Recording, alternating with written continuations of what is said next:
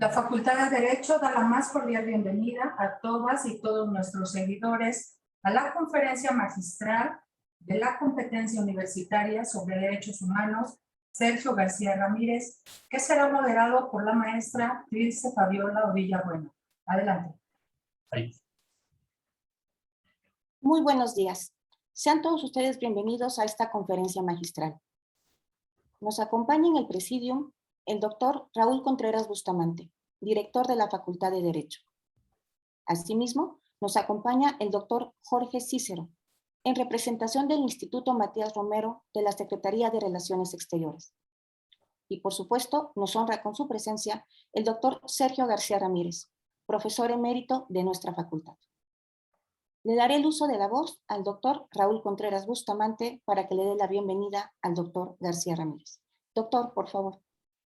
Muchas gracias, maestra Trilce Villabuena. Muy buenos días, tengan todas y todos ustedes que nos están viendo en vivo. Estamos transmitiendo a través de la página oficial de Facebook de la Facultad de Derecho de la Universidad Nacional Autónoma de México en este último día de la competencia internacional Sergio García Ramírez, y hoy estamos precisamente entrando al plato fuerte que nos tiene deparada la organización de este concurso internacional, que es escuchar la conferencia magistral de don Sergio García Ramírez, quien lleva el nombre de esta competencia internacional como reconocimiento a su labor, a su trabajo como juez, a su trabajo como académico, como investigador y en general como maestro de vida. Sé que don Sergio García Ramírez es una persona muy conocida en el ámbito jurídico, no solamente del país, sino a nivel internacional, pero como nos están viendo en vivo algunos alumnas y algunos alumnos de nuevo ingreso, me voy a permitir dar una muy breve semblanza de don Sergio García Ramírez para que sepan la trascendencia y la trayectoria y sobre todo las características personales de quien se intitula, de quien lleva el nombre de esta competencia internacional, don Sergio García Ramírez. Él es licenciado y doctor en Derecho, magna cum laude por la Universidad Nacional Autónoma de México, profesor emérito de la Facultad de Derecho, investigador en el Instituto de Investigaciones Jurídicas e investigador nacional emérito del Sistema Nacional de Investigadores. Se ha desempeñado como miembro de la Junta de Gobierno de esta máxima casa de estudios. Fue juez de la Corte Interamericana de Derechos Humanos de 1998 al año 2000 y fue presidente de esta Corte entre 2004 y 2008. Fue fundador y presidente de la Junta de Gobierno del Instituto Nacional de Ciencias Penales, miembro del Consejo Consultivo de la Comisión Nacional de los Derechos Humanos y presidente de la Academia Mexicana de Ciencias Penales. A lo largo de su trayectoria tuvo muy importantes cargos públicos, solamente voy a mencionar los más destacables. Fue Procurador General de Justicia del entonces Distrito Federal, secretario del Trabajo y de Previsión Social, Procurador General de la República y presidente y fundador del Tribunal Superior Agrario. Es autor de numerosos libros y artículos sobre temas jurídicos, políticos y sociales, colaborador editorial semanal del periódico El Universal y ha sido distinguido con doctorados honoris causa por distintas instituciones mexicanas y extranjeras. Y hoy tendremos el gusto, el placer de escuchar el título de la conferencia magistral que nos brindará don Sergio García Ramírez. Es el control de la convencionalidad.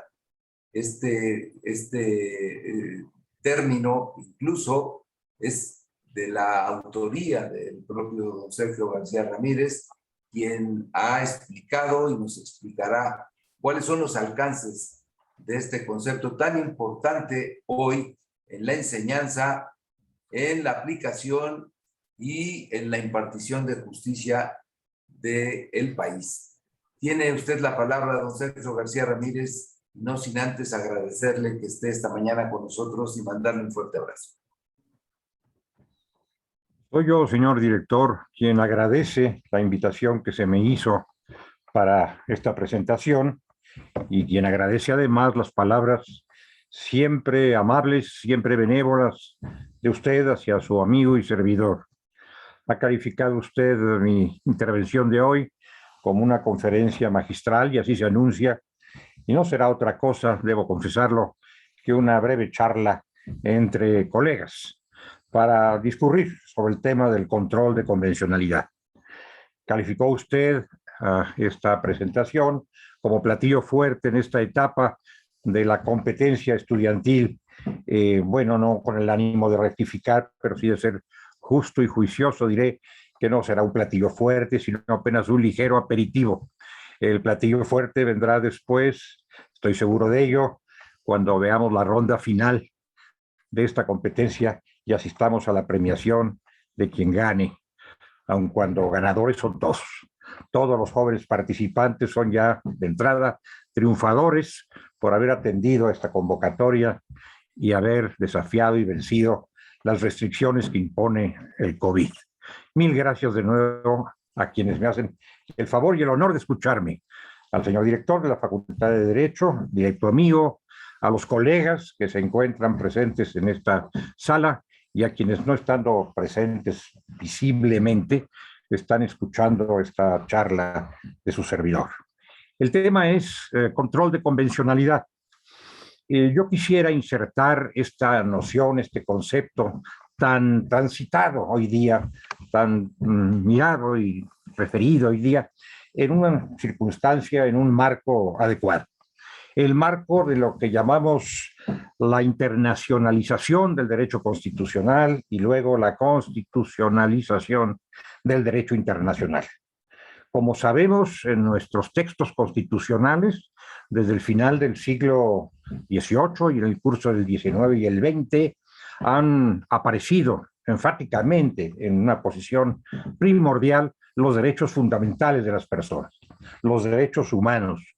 Tenemos constituciones antropocéntricas y estos derechos de ahí transitaron, y esta es la constitucionalización del derecho internacional, hacia el derecho de gentes, hacia el orden jurídico universal y regional, incorporando en este, a través de lo que llamamos el derecho internacional de los derechos humanos, ese catálogo de derechos fundamentales, de derechos primordiales.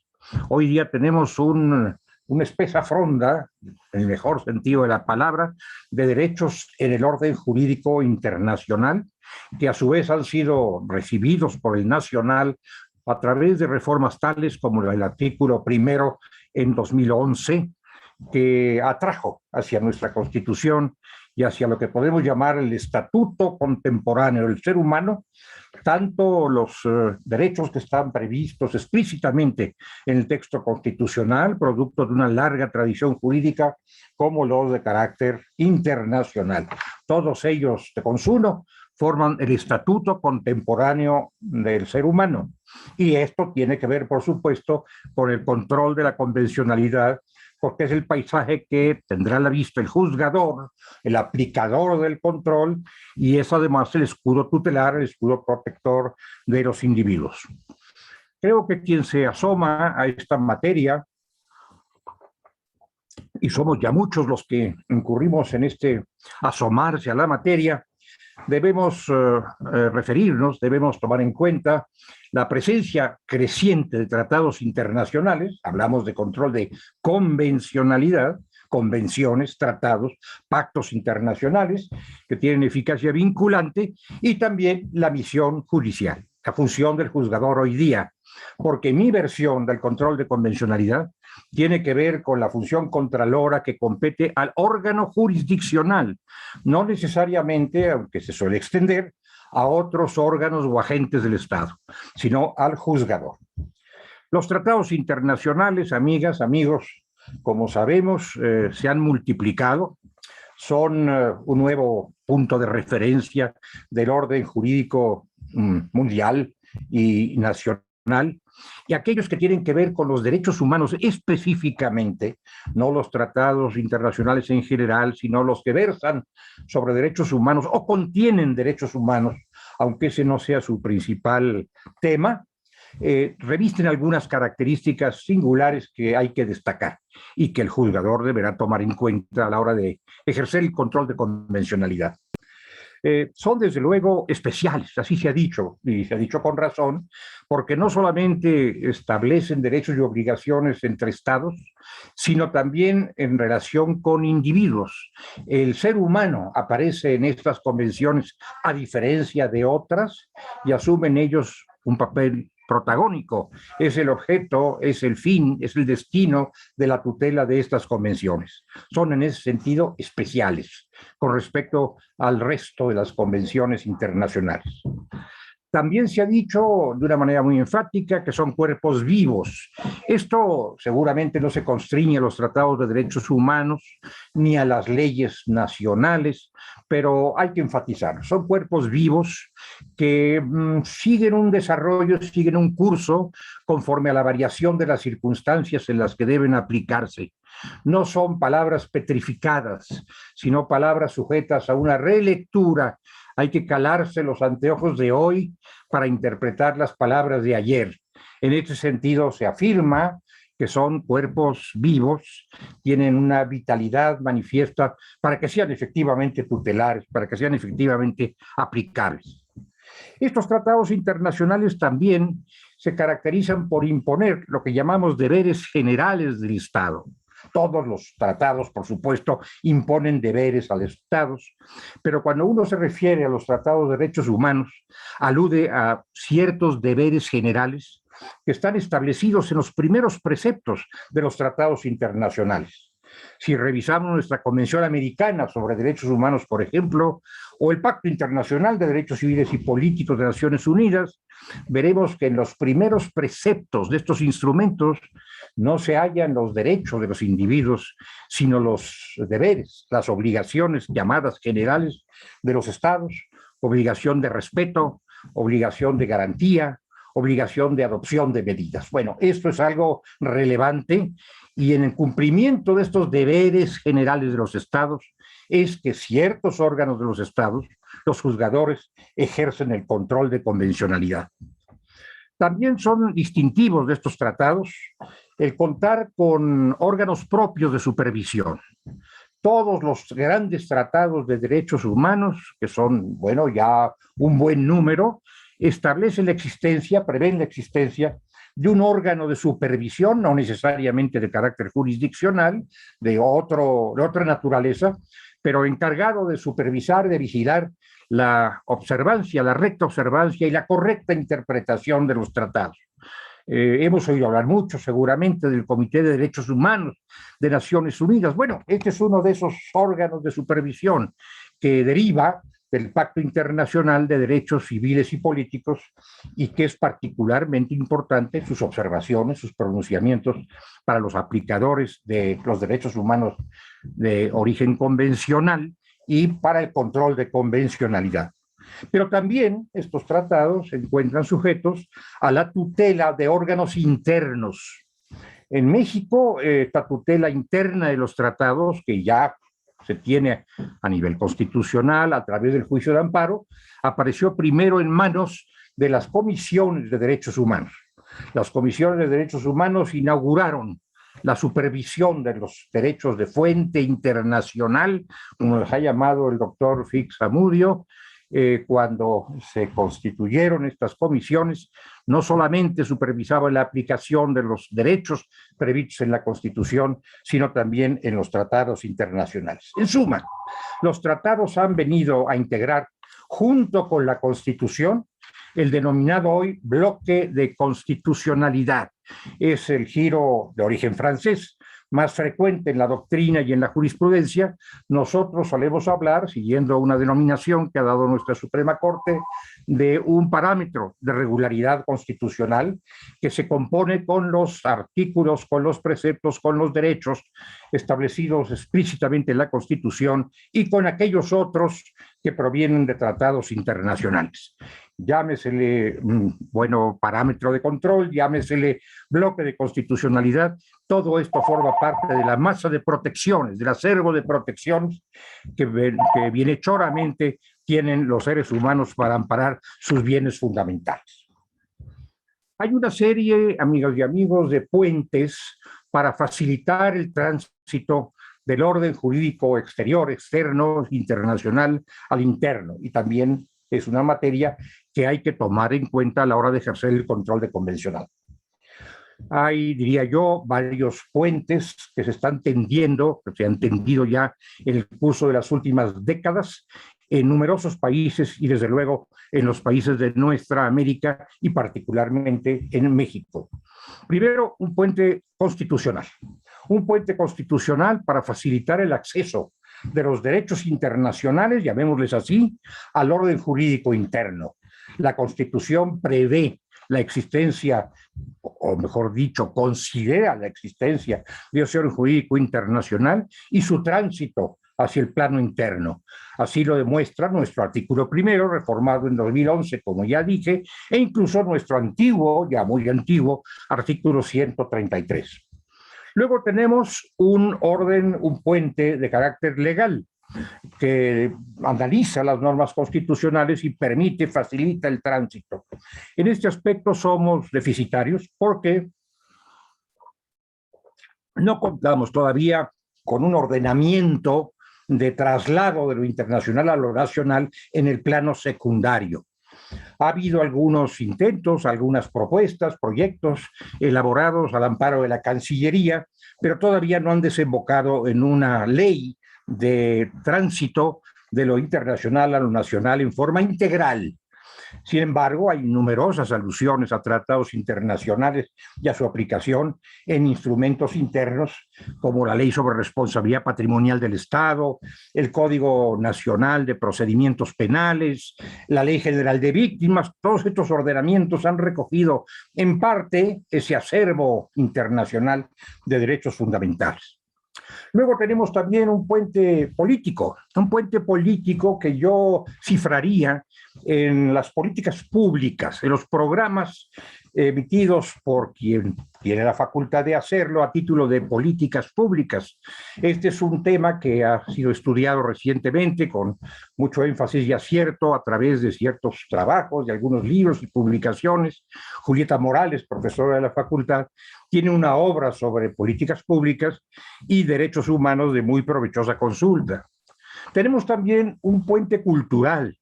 Es necesario que el tránsito al que me estoy refiriendo, remontar el derecho internacional hacia el derecho interno, se efectúe con el amparo cultural de la sociedad. Una cultura adversa, y las hay, a los derechos humanos, traba todo este desempeño, traba todo este progreso. Es necesario fomentar, por lo tanto, la cultura de los derechos humanos, culto y cultivo del derecho como medio de zanjar disputas y culto y cultivo de la dignidad humana amparada por medio del derecho. Y finalmente está un puente jurisdiccional, que es el que tiene que ver en forma directa y decisiva con el control de convencionalidad y con el diálogo jurisdiccional. Es a través de este puente que tienden los juzgadores, que tienden los tribunales, que ingresa en el orden interno el sistema internacional de los derechos humanos. Y todo esto último, se encuentra a cargo del juzgador. El juzgador ejerce el control de convencionalidad, entre otros trabajos de Hércules, de un juzgador, ha adquirido en nuestro tiempo una prestancia, una majestad que no tuvo siempre. El juzgador fue visto, recordemos la famosa frase de Montesquieu, como la boca que pronuncia las palabras de la ley. Esta expresión, inscrita en el espíritu de las leyes del barón de Montesquieu, tuvo sentido y razón. Fue una garantía verdaderamente en el tiempo en que se emitió, siglo XVIII. Hoy día no consignaríamos el quehacer del juzgador a ser el lector de la ley. Es ya un participante en la formación del derecho objetivo. Dígalo si no, la jurisprudencia que implica, sobre todo la de los altos tribunales, una relectura de los textos normativos, inclusive la Constitución, y a partir de esa relectura un nuevo rumbo, novedades importantes en el orden jurídico objetivo. Se ha producido, pues, una, que llaman los tratadistas, redistribución del poder, y en esta redistribución ha emergido con gran pujanza el orden jurisdiccional, el poder jurisdiccional. Bueno, cuando hablamos de control de convencionalidad, debemos también traer a colación la responsabilidad unitaria de los estados en el plano de la tutela de los derechos humanos. Los estados comparecen ante los órganos jurisdiccionales y ante los distintos planos internacionales en forma integral.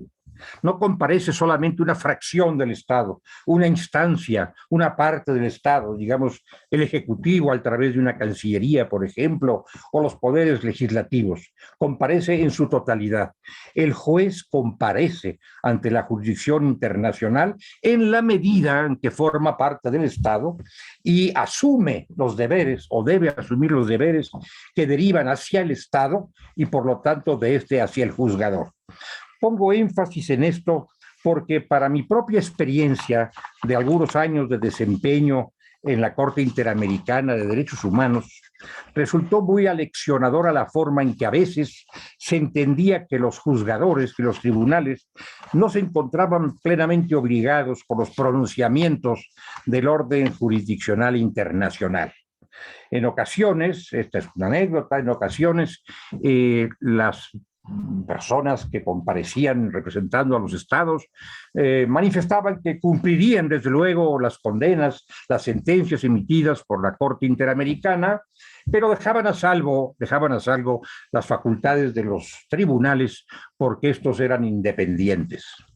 Nadie puede militar, y yo sería el último que lo hiciera, contra la independencia judicial, pero hay que entender que los juzgadores, siendo independientes en la adopción de sus sentencias con base en hechos y con base en el derecho, se encuentran igualmente obligados que otros órganos del Estado a ejercer el control de convencionalidad, a acatar las normas internacionales a través de este control tan característico de la misión judicial. Así que los juzgadores, siendo independientes, y enhorabuena por esa independencia, se encuentran también vinculados a los tratados internacionales, a los órganos jurisdiccionales internacionales, y han de actuar como el Estado en su conjunto en forma consecuente con las normas internacionales y con los pronunciamientos de los juzgadores.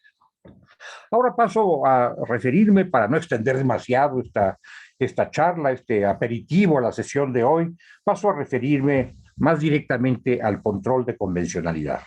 ¿Cómo podemos caracterizarlo, definirlo? No sin antes poner en claro que no existe, diría yo, al menos yo no la conozco, una definición, una caracterización unánimemente aceptada, pacíficamente aceptada, a propósito de lo que es el control de convencionalidad y de varios de sus extremos, que todavía son cabos sueltos, para decirlo de alguna manera, que todavía sean pendientes de mayor elaboración, de mayor análisis. En un famoso caso judicial ante la Corte Interamericana, el caso Hellman, la Corte Interamericana ensayó una caracterización del control de convencionalidad y se refirió a él como, lo cito literalmente, una institución que se utiliza para aplicar el derecho internacional, en este caso el derecho internacional de los derechos humanos, y específicamente la Convención Interamericana y sus fuentes, incluyendo la jurisprudencia de este tribunal. Una institución, dijo la Corte Interamericana. Enhorabuena por este ensayo de caracterización que me parece plausible y que tomo muy en cuenta. Yo quisiera agregar algunos conceptos, quisiera agregar algunas notas a este esfuerzo de caracterización. Me parece que podemos preguntarnos qué es y para qué sirve el control y a partir de ese qué es y para qué sirve, intentar la caracterización a la que me estoy refiriendo. Yo diría que el control de convencionalidad como función, luego veremos sus resultados, como función, es un procedimiento para establecer la congruencia o la armonía entre los órganos jurídicos nacional e internacional, con atención específica al orden jurídico internacional, ejercicio que tiene efectos vinculantes para el orden jurídico interno. No se trata de un quehacer académico, se trata de un quehacer formal, vinculante, ejercido en el plano internacional, lo ejercen los tribunales de derechos humanos, y en el nacional lo ejercen los tribunales internos con competencia para este desempeño. Esto es lo que diría yo, caracteriza al control de convencionalidad. Supone, por lo tanto, la existencia de distintas normas. Una norma de mayor jerarquía para estos fines, que es la que va a servir para referencia del control, y una norma de menor jerarquía para estos fines, que es la que va a ser sujeta al proceso de control. Se va a confrontar con la norma de superior rango para ver si se ajusta a sus términos, que es la norma de carácter internacional.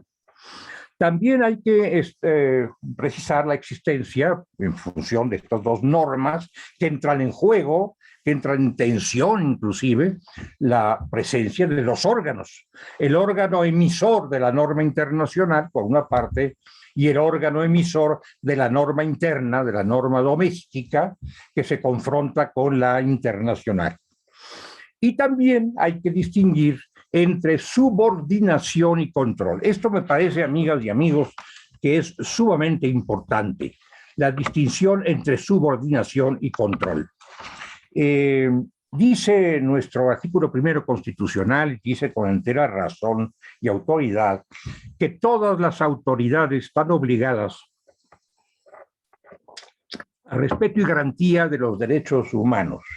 Todos debemos atender, autoridades deben atender a estas disposiciones, están sometidas a ellas, con el acatamiento. Pero no dice que todas las autoridades deban ejercer el control de convencionalidad, ni siquiera lo insinúa. Una cosa es controlar, que es regir sobre una conducta externa, sobre una norma externa, y otra cosa es acatar, que es ajustar la propia conducta al mandamiento de carácter internacional. Esto vale la pena enfatizarlo, parece obvio, pero vale la pena enfatizarlo porque a veces hay confusión entre acatamiento y control y se frasea el control como si fuera una proyección del acatamiento. Me parece que no es así. Bueno, dicho esto, que es polémico, lo admito, pero es uno de los grandes temas del control de convencionalidad, nos preguntamos qué es lo que se pretende con este control de convencionalidad. ¿Para qué este ejercicio de contraloría que se ejerce sobre las normas internas a partir de las normas internacionales? Bueno, las pretensiones o los objetivos son varios. Por una parte, lograr, amigas y amigos, la mejor protección de los derechos y libertades de la persona. Estamos en un sistema democrático, en un sistema contemporáneo, verdaderamente antropocéntrico, estamos comprometidos en la tutela de la dignidad humana y por lo tanto de los derechos y las libertades de las personas. Queremos tener la más amplia protección hacia este sujeto, es decir, hacia nosotros mismos, bajo el principio pro homine de extensa tutela, de extensa protección. Esto es lo que se pretende al traer a colación la norma internacional cuando el juzgador interno aplica una disposición doméstica, la más amplia protección. De ahí que se haga esta confrontación y se opte pro persona por la norma que brinda mayor tutela, mayor y mejor tutela a los bienes jurídicos del ser humano. Segundo, se pretende también con esto la integridad y la operación del sistema internacional de protección. Hemos trabajado mucho, amigas y amigos, en la construcción de un orden jurídico internacional, algunos dirían supranacional, de protección de los derechos humanos. Un orden jurídico mundial y órdenes jurídicos regionales, entre nosotros el orden jurídico interamericano. El control de convencionalidad que esgrime, que enarbola los tratados internacionales interamericanos, pretende mantener la integridad y la operación, la fuerza, el vigor de ese sistema internacional que hemos construido con gran afán y que ampara a los seres humanos por encima de las fronteras, más allá de los linderos nacionales. En este sentido, muchos estados han expresado diferencias o discrepancias con respecto a pronunciamientos internacionales, pero los han acatado en aras de esa integridad, en aras de esa incolumidad del sistema jurídico supranacional que juntos hemos construido y uno de cuyos instrumentos de tutela es justamente el control de convencionalidad.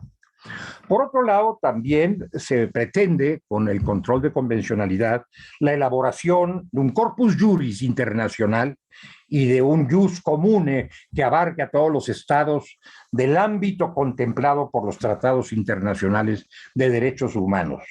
En ese sentido, también difiere este control de convencionalidad del control de constitucionalidad, con el cual tiene desde luego afinidades y afinidades profundas. Pero al paso que el control de constitucionalidad se propone subordinarlo todo a la Constitución, el control de convencionalidad se propone hacer esto mismo en relación con los tratados internacionales, con el sistema internacional de protección de los derechos humanos. También es relevante hacer esta distinción porque no necesariamente el control de convencionalidad se ha de ejercer por la vía del control de constitucionalidad como actualmente lo ejercemos. Hay diferencias, hay matices, hay trazos distintos que vale la pena tomar en cuenta para ver cuál es el mejor modo de ejercer un control de convencionalidad que no se subsume necesariamente en el de constitucionalidad, aun cuando los derechos de fuente internacional se encuentren ya acogidos en el marco constitucional. Otro tema polémico que me atrevo simplemente a insinuar aquí. Por otra parte, el control de convencionalidad ejercido oportunamente y adecuadamente por los juzgadores nos permite ahorrarnos la ingrata experiencia del control externo que lleva al Estado a comparecer en tribunales internacionales señalado como responsable de ciertas violaciones.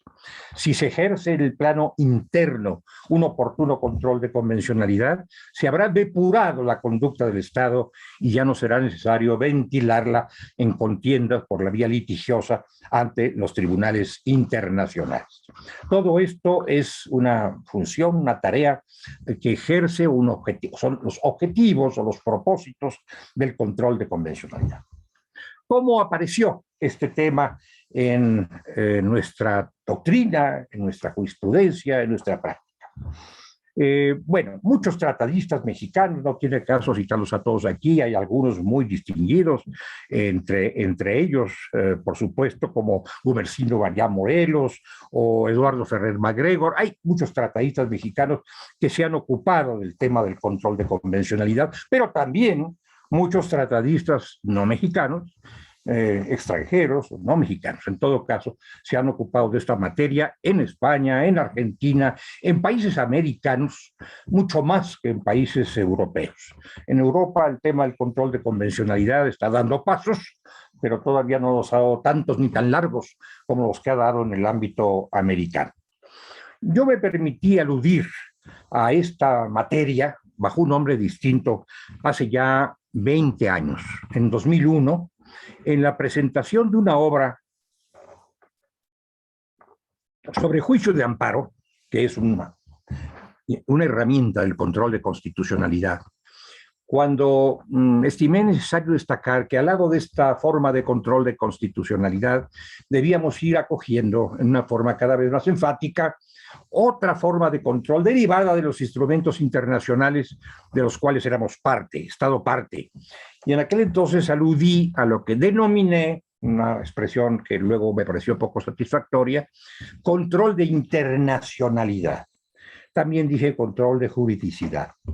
Pero en rigor se trataba de un control de convencionalidad. Como controlamos con base en la Constitución, controlamos con base en la Convención, y de ahí que sea propio introducir esta expresión control de convencionalidad. Luego llevaría esta misma expresión, este mismo concepto, a los estrados de la Corte Interamericana a través de votos particulares. En 2003, o sea, 2 años después de haberla utilizado primero en forma doctrinaria, después como juzgador, en 2003 ya me refería al control de convencionalidad con esa denominación, claro, atribuido a la Corte Interamericana, en un caso suscitado en Guatemala que se identifica por el nombre de la persona agraviada, el caso Mac Chang. Y más tarde en otro caso, el caso Tibi, en 2004, en el que traté de hacer un cotejo cuidadoso, ojalá que haya sido verdaderamente cuidadoso, entre el control de constitucionalidad y el de convencionalidad para fortalecer la idea de la convencionalidad. Bueno, andando el tiempo, en el año 2006, septiembre de 2006, finalmente el Pleno de la Corte Interamericana de Derechos Humanos asumió el control de convencionalidad en su propia doctrina jurisdiccional. Lo hizo en un caso ya célebre, uno de los grandes casos del sistema interamericano, que es el caso Almonacid, suscitado en Chile y con sentencia del 26 de septiembre de 2006. Ahí la Corte Interamericana dio el primer paso, un paso fuerte y firme, de adopción del control de convencionalidad, que sería fecundo en la jurisprudencia de ese tribunal. Dijo lo siguiente, y me voy a permitir pues leerlo, no soy devoto de las transcripciones y de las lecturas de textos en una charla, pero hay veces en que esto es importante para precisar conceptos. Dijo la Corte Interamericana: al estar obligado el Estado en su conjunto, o sea, todos sus órganos, por el tratado internacional, el Poder Judicial debe ejercer una especie de control de convencionalidad. Nótese la expresión tímida, todavía incipiente, una especie de control de convencionalidad entre las normas jurídicas internas que aplican en los casos concretos y la Convención Americana sobre Derechos Humanos. En esta tarea, el Poder Judicial, siguió diciendo la Corte Interamericana, en ese caso, Almonacid, debe tener en cuenta no solamente el tratado, sino también la interpretación que del mismo ha hecho la Corte Interamericana. La Corte Interamericana, aquí cierro la cita, que es la intérprete oficial y formal de la Convención Americana, la suprema instancia intérprete de la Convención Americana. Así que no solamente leemos la Convención, sino leemos también la jurisprudencia de la Corte para integrar con los términos de la Convención y con los términos de la jurisprudencia la norma a aplicar. La norma a aplicar para fines de control de convencionalidad. Bueno, esto dijo, hasta ahí llegó, en el caso Almonacid, la Corte Interamericana. Pasó el tiempo, no mucho, el mismo año de 2006, pero 2 meses más tarde, en noviembre, la Corte enfrentó otro asunto, otro caso, otra controversia, llamada los trabajadores cesados del Congreso, que tiene que ver o que tuvo que ver con un tema suscitado en Perú. Y ahí volvió sobre la cuestión del control de convencionalidad y añadió una serie de elementos relevantes para ir perfilando el concepto del control. Dijo el Tribunal de San José: el control debe ejercerse ex officio, es decir, motu propio, por los juzgadores internos, no solamente por los juzgadores internacionales, por los juzgadores internos, sin necesidad de que lo aduzcan las partes como expresión del poder de ese órgano interno, del deber de juzgar de ese órgano interno. Enlaza con la llamada facultad iura nobis curia, pues conoce el derecho y aplica, por lo tanto, ese derecho que conoce sin necesidad de que se lo provean las partes, los contendientes. El juez conoce el derecho y aplica el derecho. Ahora, ¿de qué manera? ¿De qué manera? Y aquí vino esta precisión por parte de la Corte Interamericana. Agregó, el control debe ejercerse por los juzgadores evidentemente, un adverbio muy enfático, evidentemente en el marco de sus respectivas competencias y de las regulaciones procesales correspondientes. Esta expresión reiterada en innumerables casos no siempre ha sido debidamente atendida o debidamente aplicada. Está hablando de competencias. ¿Competencias de qué? Competencias para el ejercicio del control, no competencias en general. Todo juzgador tiene algunas competencias en general. Aquí estamos hablando del control de convencionalidad. Entonces, competencia para el ejercicio del control y de las regulaciones procesales correspondientes. Todo ello implica un ejercicio interno de emisión de normas al poder legislativo, no al judicial. Al poder legislativo le incumbe fijar las competencias, es una garantía de legalidad que tenemos los ciudadanos, y le incumbe también dictar los procedimientos. Los jueces no se atribuyen competencias que la ley no les concede, ni emiten códigos de procedimientos que el legislador no ha propalado. Así que esto hay que tomarlo muy en cuenta. ¿Cuáles son las competencias? ¿Dónde están establecidas para el control de convencionalidad? ¿Y cuáles son las regulaciones procesales para el control de convencionalidad que deben emitir los órganos legislativos internos? Bueno, estas fueron adiciones establecidas por la Corte. La jurisprudencia no se detuvo ahí, evidentemente. Ya he dicho que siguió trabajando y trabajando arduamente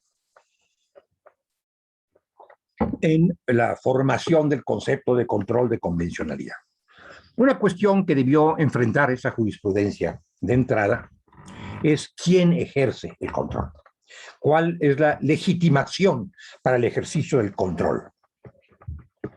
Tradicionalmente, el Poder Judicial, lo acabo de ver, lo acabo de enfatizar, lo acabo de subrayar muy deliberadamente. En Almonacid inclusive se dijo Poder Judicial.